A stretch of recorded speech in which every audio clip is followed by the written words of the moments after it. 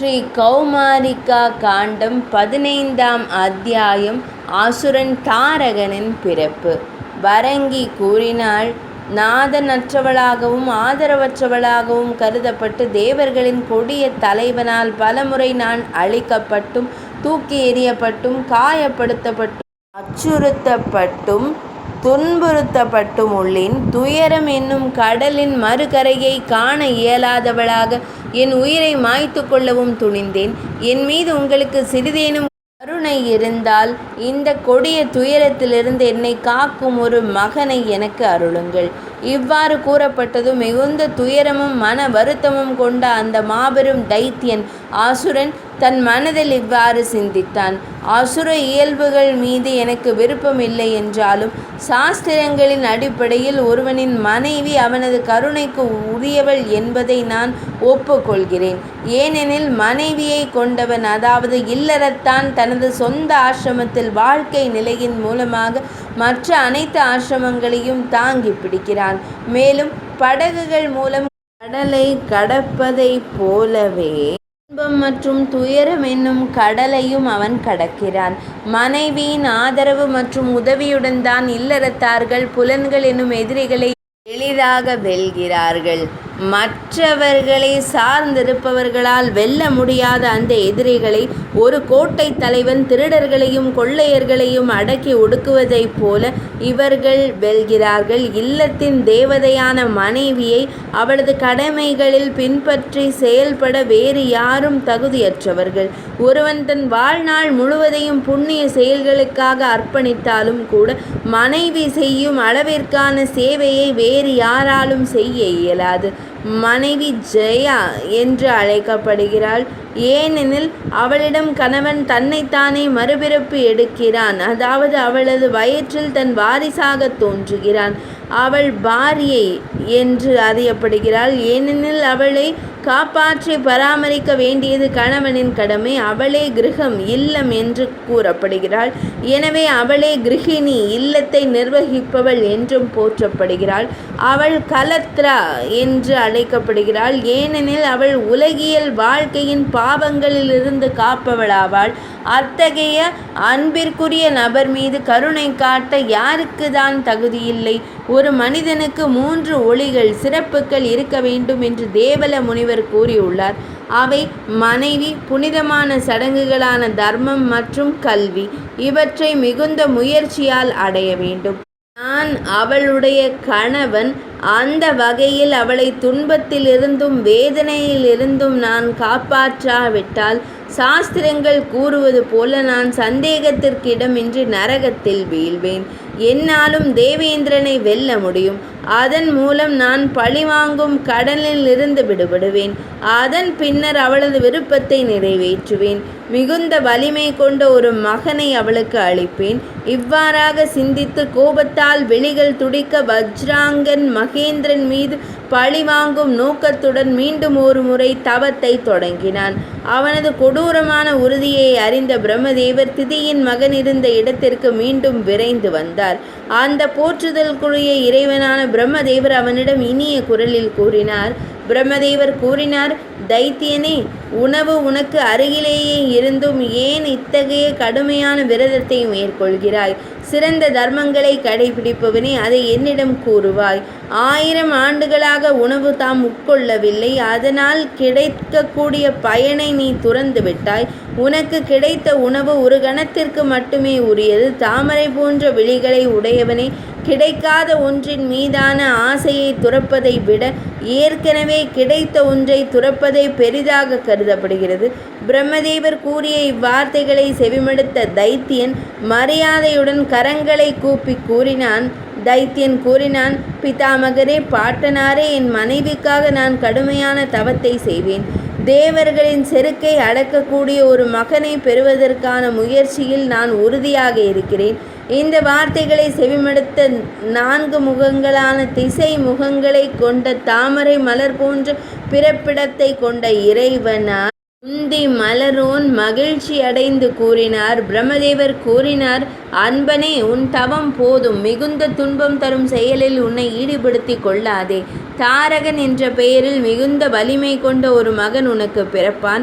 அவன் தேவர்களின் மனைவியரின் பின்னப்பட்ட மற்றும் அலங்கரிக்கப்பட்ட கூந்தல் அவிழ்க்கப்படும்படி செய்வான். அதாவது தேவர்களை அழித்து அவர்களை விதவைகளாக்குவான் என்று பொருள். இவ்வாறு கூறப்பட்டதும் தைத்தியர்களின் அரசன் பிரம்மதேவரை வணங்கி விடை பெற்றான். பின்னர் அவன் தன் மனைவியிடம் சென்று அவளை மகிழ்ச்சியில் ஆழ்த்தினான்.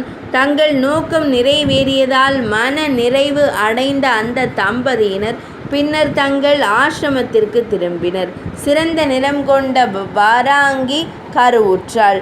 அவள் அந்த கருவினை தன் வயிற்றிலேயே முழுமையாக 1000 ஆண்டுகள் சுமந்தாள். பின்னர் 1000 ஆண்டுகள் முடிந்ததும் வாராங்கி ஒரு மகனை பெற்றெடுத்தாள்.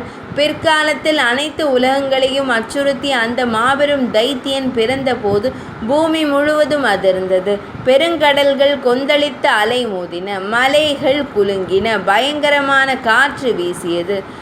சிறந்த முனிவர்கள் அச்சமடைந்தனர். வேடன் ஒருவனால் தாக்கப்பட்டு காயமடைந்த மான் ஒன்றை போல அவர்கள் அச்சத்தை போக்க புனிதமான திருநாமங்களை உச்சரித்தனர். சூரியனும் பிற ஒளி வீசும் கோள்களும் தங்கள் பொலிவை இழந்தன. பனி மூட்டமும் அடர்ந்த மூடு பனியும் திசைகளை சூழ்ந்து கொண்டன. அந்த மாபெரும் அசுரன் பிறந்தபோது மற்ற அனைத்து பெரிய அசுரர்களும் அவர்களின் பெண்களும் மகிழ்ச்சி அடைந்து அங்கு வந்து சேர்ந்தனர். மிகுந்த மகிழ்ச்சியில் திளைத்த அசுர பெண்கள் பாடி ஆடினர். அப்போது குந்தியின் மைந்தனே, பார்த்தனே, தானவர்களின் அந்த பெருவிழா கொண்டாட்டங்கள் நிகழ்ந்து கொண்டிருந்த வேளையில் மகேந்திரன் உள்ளிட்ட தேவர்கள் மனச்சோர்வடைந்தனர். பிறந்த உடனேயே மிக கொடிய செயல்களை செய்யும் ஆற்றல் கொண்ட அந்த மாபெரும் தைத்தியனுக்கு குறுங்கள், மகிஷன் மற்றும் பிற தைத்தியர்கள் அசுரர்களின் பேரரசில் முடிசூட்டினர். இந்நிகழ்வில் மற்ற அனைத்து பெரிய அசுரர்களும் அவர்களுடன் இணைந்திருந்தனர். அந்த பேரரசை அடைந்ததும் பாண்டுவின் புதல்வர்களுள் சிறந்தவனே, தாரகன் அந்த சிறந்த தானவர்களிடம் பின்வரும் தெளிவான மற்றும் வலுவான வாதங்களை கொண்ட சொற்களை கூறினான். பெரும் வலிமை கொண்ட அசுரர்களே, நீங்கள் அனைவரும் என் சொற்களை செவிமடுங்கள். செவிமடுத்த பின்னர் என் ஆலோசனைகளை செயல்படுத்துவதில் உங்கள் புத்தி, அதாவது உறுதியான தீர்மானம் நிலை பெறட்டும். நமது பிறப்பு மற்றும் குலத்தின் காரணமாகவே தேவர்களுடன் ஒரு தீராத பகை ஆழமாக வேரூன்றியுள்ளது. அந்த பகையையே அவர்கள் வெல்வதற்கு ஏற்றதாக நான் மாற்றுவேன். ஆனால் தேவர்களுடனான அத்தகைய மோதலில் வெற்றி பெற தவம் மட்டுமே வழிவகுக்கும் என்று நான் கருதுகிறேன். எனவே தானுவின் புதல்வர்களே, நான் முதலில் ஒரு கடுமையான தவத்தை மேற்கொள்ளப் போகிறேன். அதன் பின்னர் நாம் தேவர்களை வென்று 3 உலகங்களையும் ஆள்வோம். உண்மையில் தகுந்த வழிமுறைகளை கொண்ட ஒருவனே நிலையான வெற்றியை அடைகிறான். அத்தகைய ஆற்றல் இல்லாதவன் நிலையற்றவனாவான். அவன் தான் அடைந்தவற்றை கூட காத்து கொள்ளும் திறனற்றவனாகவே இருப்பான். அந்த அசுரனின் சொற்களை செவிமடுத்ததும் அனைத்து தானவர்களும் வியப்பில் ஆழ்ந்தனர். அவர்கள் சபாஷ் சபாஷ் என்று முழங்கி அவனை பாராட்டினர். அவன் பாரியாத்ர மலையின் ஒரு சிறந்த குகைக்கு சென்றான். அங்கு எல்லா பருவ காலத்து மலர்களும் சிதறி கிடந்தன. பல வகையான மருத்துவ மூலிகைகள் அவ்விடத்தை ஒளிரச் செய்தன. பல்வேறு கனிமங்களின் சாரம் வெளிப்படும் வகையிலான பலவிதமான இருப்பிடங்கள் அங்கு இருந்தன. அது பல வடிவங்களை கொண்டிருந்தது. பல்வேறு இனங்களை சேர்ந்த பறவைகள் அங்கு நிறைந்திருந்தன. அங்கு பலவிதமான நீரூற்றுகளும் தடாகங்களும் இருந்தன. அந்த குகையை அடைந்த பின்னர் அந்த அசுரன் தைத்தியன் கடுமையான தவத்தை மேற்கொண்டான்.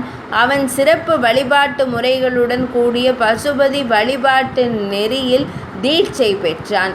அவன் புகழ்பெற்ற 5 மந்திரங்களை இடைவிடாது ஜபித்தான். அவன் உணவருந்தவில்லை. அவன் பஞ்சதபஸ் 5 நெருப்புகளுக்கு நடுவே நின்று செய்யும் தவம் என்னும் தவத்தை மேற்கொண்டான். இவ்வாறு 10,000 ஆண்டுகள் கழிந்தன. பின்னர் அவன் தினமும் தன் உடலில் இருந்து ஒரு கர்ஷ அளவிற்கு 16 மாஷ எடைக்கு சமமான அளவு சதையை வெட்டி எடுத்து ஹோமமாக நெருப்பில் இடத் தொடங்கினான். இதனால் அவன் சதை பற்று இல்லாதவனானான். சதை இழந்த அவனது உடல் தவத்தின் வடிவமாகவே மாறியது. அவனை சுற்றியிருந்த அனைத்து உயிரினங்களும் அவனது தேஜஸால் ஒளியால் பிரகாசித்தன. தேவர்கள் அனைவரும் மிகுந்த கவலை அடைந்தனர். அவனது தவத்தை கண்டு அஞ்சினர். இதற்கிடையில் மிகுந்த மகிழ்ச்சி அடைந்த பிரம்மதேவர் தாரகனுக்கு வரங்களை அளிப்பதற்காக அந்த மலையின் உச்சிக்கு சென்றார். அன்னங்கள் பூட்டிய தனது தேரில் அமர்ந்து அவர் மலைகளின் அரசனை அந்த மலையை அடைந்தார். பின்னர் அந்த இறைவன் தாரகனிடம் இனிய குரலில் கூறினார். பிரம்மதேவர் கூறினார், மகனே, உன் தவத்திலிருந்து எழுவாயாக. இப்போது உனக்கு சாத்தியமில்லாதது என்று எதுவுமில்லை. உன் மனதில் உள்ள விருப்பத்திற்கு ஏற்ப ஒரு வரத்தை தேர்ந்தெடுத்து கொள்வாயாக. இவ்வாறு கூறப்பட்டதும் தாரகன் எனும் அந்த அசுரன் கரங்களை கூப்பி வணங்கியபடி இறைவனிடம் கூறினான். தாரகன் கூறினான், இறைவா, தேவர்களுடன் அமரர்களுடன் எங்களுக்கு பரம்பரை பகையாகிய பகைமை உள்ளது. அது எங்கள் குலத்தின் கடமையாகிவிட்டது. தைத்தியர்கள் அவர்களால் இரக்கமின்றி அழிக்கப்பட்டு விட்டனர். அந்த தைத்தியர்களை காப்பவனாக நான் திகழ வேண்டும் என்பதே என் எண்ணம். எந்த ஒரு உயிரினத்தினாலோ அல்லது பெரும் ஆற்றல் கொண்ட எந்த ஒரு ஆயுதத்தாலோ கொல்லப்பட முடியாதவனாக நான் இருக்க வேண்டும். தேவர்களாலும் நான் கொல்லப்படலாகாது. தேவர்களின் தலைவனே, என் மனதில் உள்ள வரம் இதுவே. இதை எனக்கு தாங்கள் தந்தருள வேண்டும். வேறு எந்த வரத்தையும் நான் விரும்பவில்லை. அதன் பின் அமரர்களின் தலைவனான பிரம்மதேவர் அந்த அசுரனிடம், தைத்தியனிடம் இவ்வாறு கூறினார். உடல் கொண்ட ஒரு உயிருக்கு மரணமில்லாமல் உடல் அமைவது சாத்தியமில்லை. பிறந்த எவருக்கும் மரணம் என்பது தவிர்க்க முடியாதது.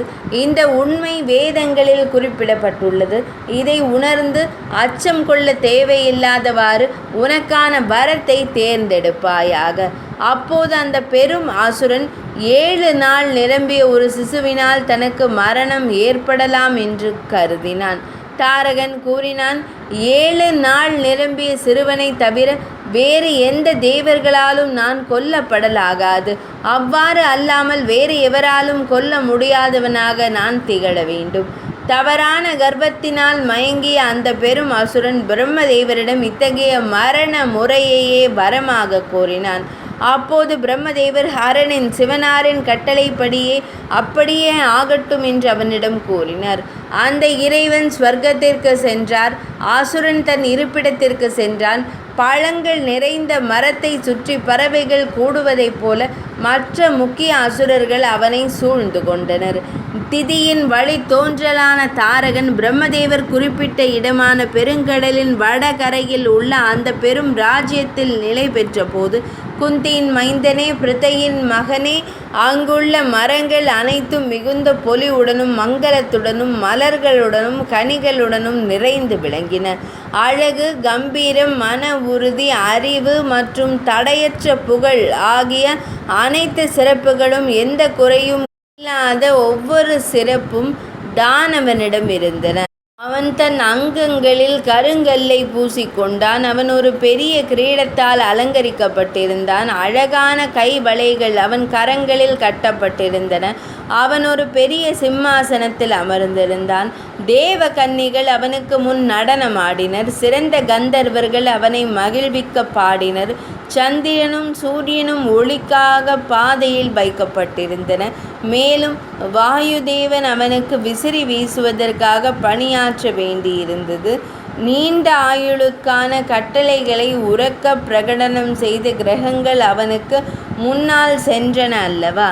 இவ்வாறு அந்த தைத்தியன் தன் கரங்களின் வலிமையினால் ராஜ்யத்தை பெற்ற பின்னர் இன்பம் அனுபவித்தான். அனைத்து பாவங்களையும் திரட்டி பெருக்கிய ஒரு படையை அவன் கொண்டிருந்ததால் செருக்குற்றான்.